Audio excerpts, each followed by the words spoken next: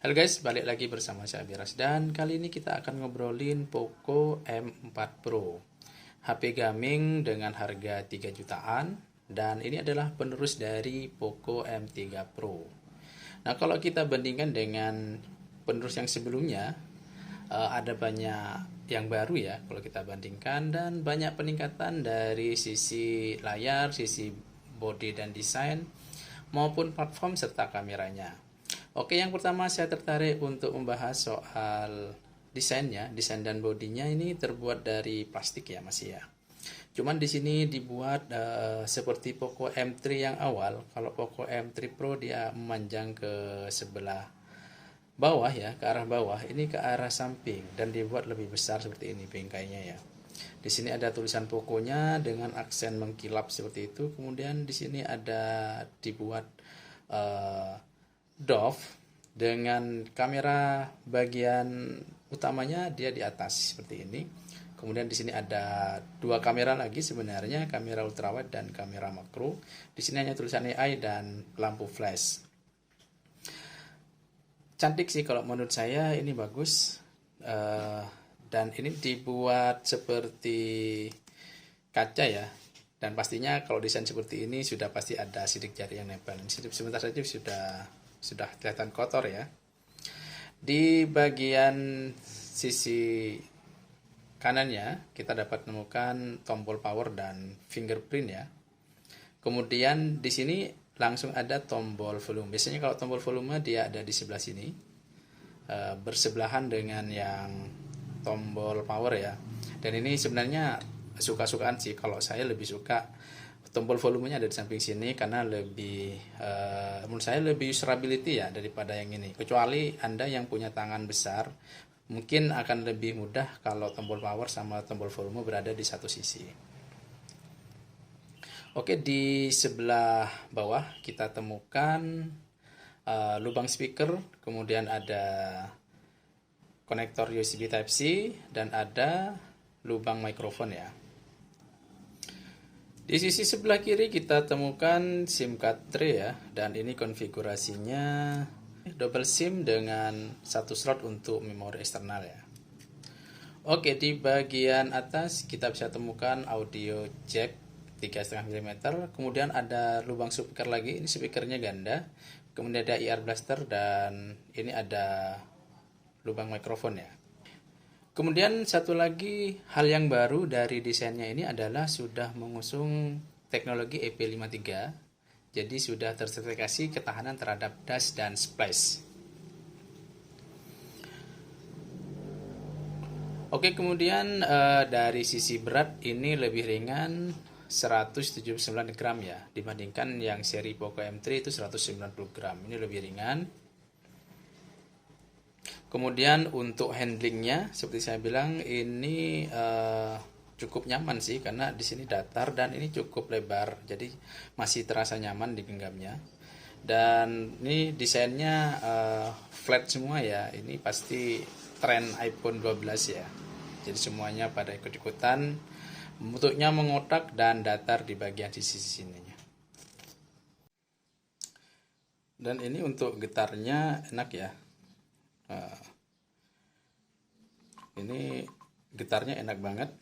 Untuk HP di kelas jutaan, getarnya sudah nyaman ya.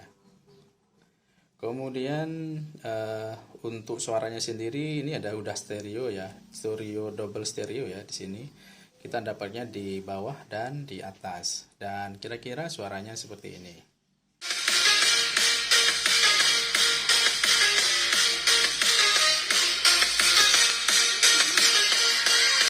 Untuk kualitas suaranya yang bawah ternyata lebih bagus ketimbang yang atas ya. Kalau kita tutup di bagian atas itu masih terasa lebih nyaring yang bagian bawah ketimbang yang atas ya.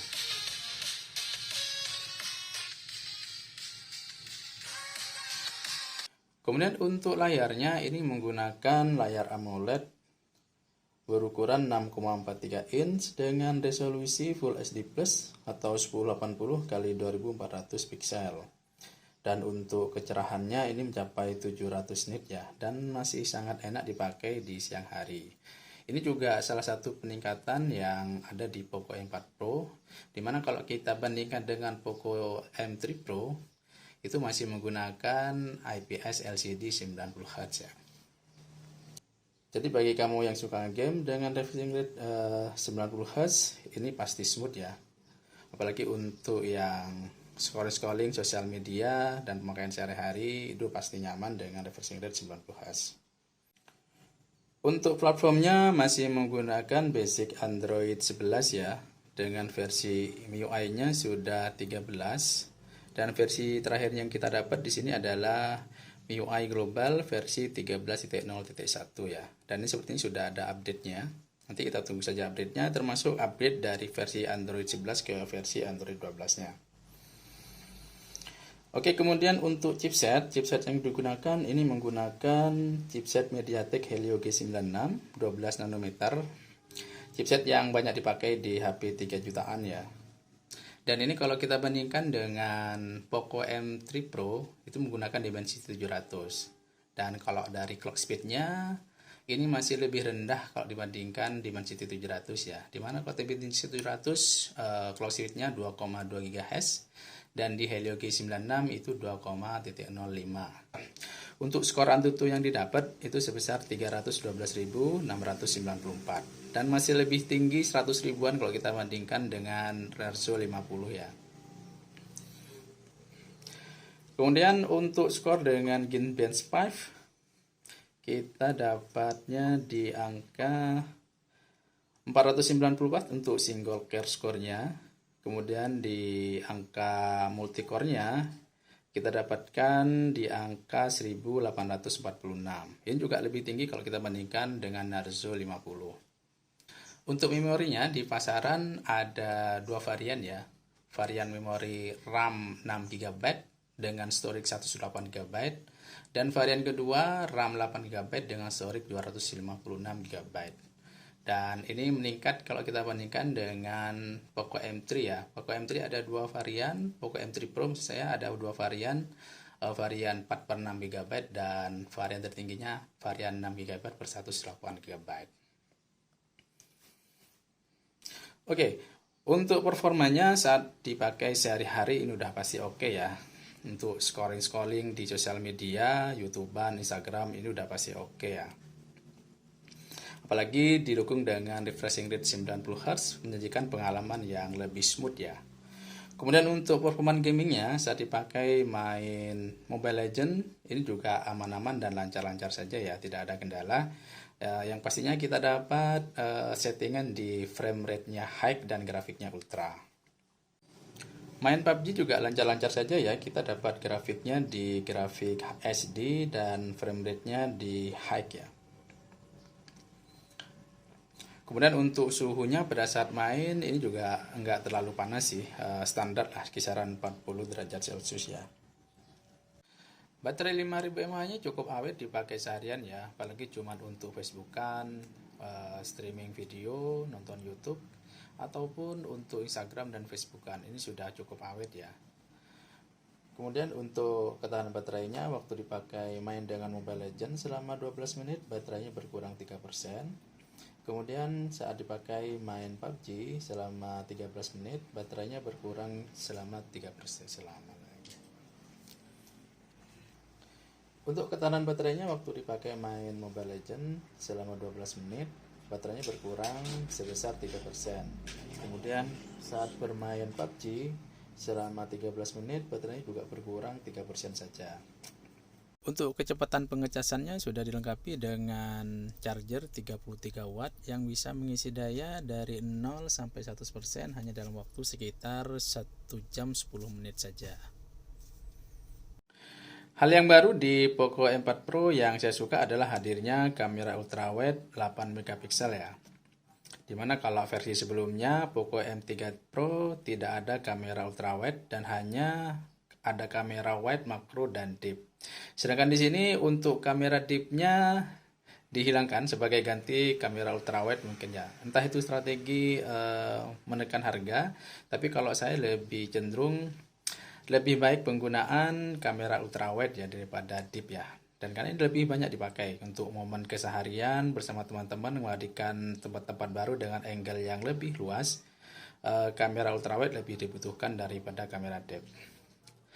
Oke, dan ada peningkatan lain selain penambahan di kamera ultrawide, yaitu untuk resolusinya kamera wide-nya sekarang 64 megapiksel. Kalau dulu masih 48 megapiksel, sekarang sudah 64 megapiksel.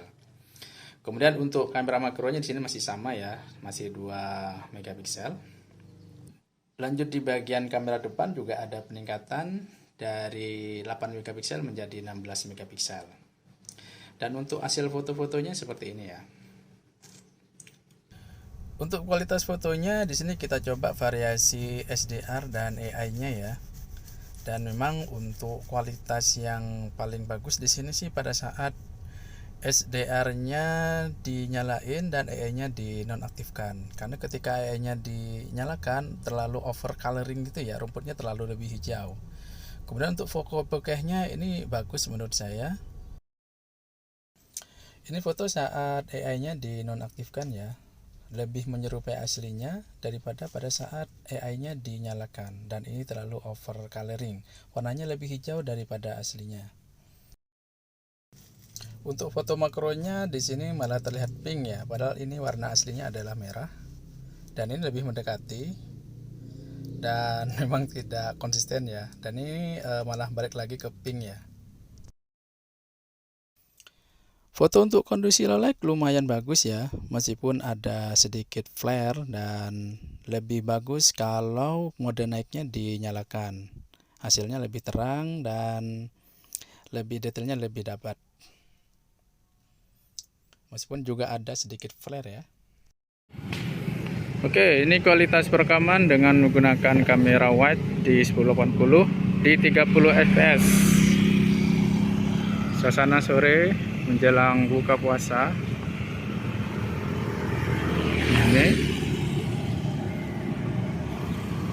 Ini rumputnya terlalu oversaturated menurut saya. Jadi lebih hijau dibandingkan aslinya ya. Padahal ini kita nggak nyalain. Ini adalah mode otomatis ya, kita nggak nyalain mode apinya. Dan ini mikrofonnya tanpa mikrofon internal. Ini mikrofon internal ya maksudnya. Tidak pakai mikrofon eksternal. Ini suaranya dari kamera HP-nya sendiri. Makanya suaranya agak berisik, mohon maaf. Oke, kita balik sini.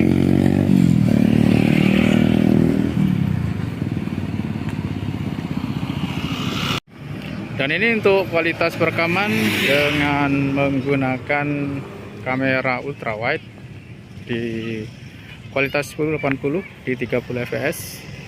Hasilnya seperti ini. Untuk warna rumputnya memang terlalu oversaturated ya, dan ini lebih hijau dibandingkan dengan aslinya. Perekaman dengan kamera depan untuk kualitas 1080 di 30 fps, hasilnya seperti patah-patah ya, dan terlihat di kulit saya seperti over saturated dan over exposure ya. Di sini malah kelihatan mengkilap nih. Nah, itu seperti terpantul cahaya matahari ya. Untuk detail pohonnya juga nggak terlalu jelas sih. Dan untuk kualitas kameranya ini saya kurang puas sih sebenarnya. Ya malam ini kualitas kamera di 3 jutaan ya. Oke, coba kita jalan, dan ini tampak langitnya ya yang mendung. Hasilnya seperti ini ya. Oke, kesimpulannya dengan harga 3 jutaan, Poco M4 Pro memberikan apa yang sudah kita harapkan ya. Selain prosesor Helio G396, kita juga dapat peningkatan di sektor layar, kemudian di sektor desain juga ada IP53, dan sektor memori juga ada ditambah ya dari 4 ke 6 GB, serta ada pilihan 8 dan storage 256 GB. Kemudian di sektor kamera juga ada peningkatan dari 48 megapiksel ke 64 megapiksel, serta adanya kamera ultrawide. Oke, mungkin demikian review kita kali ini ya. Silahkan like kalau suka dan dislike kalau tidak suka. Kita jumpa lagi di video berikutnya. Assalamualaikum warahmatullahi wabarakatuh.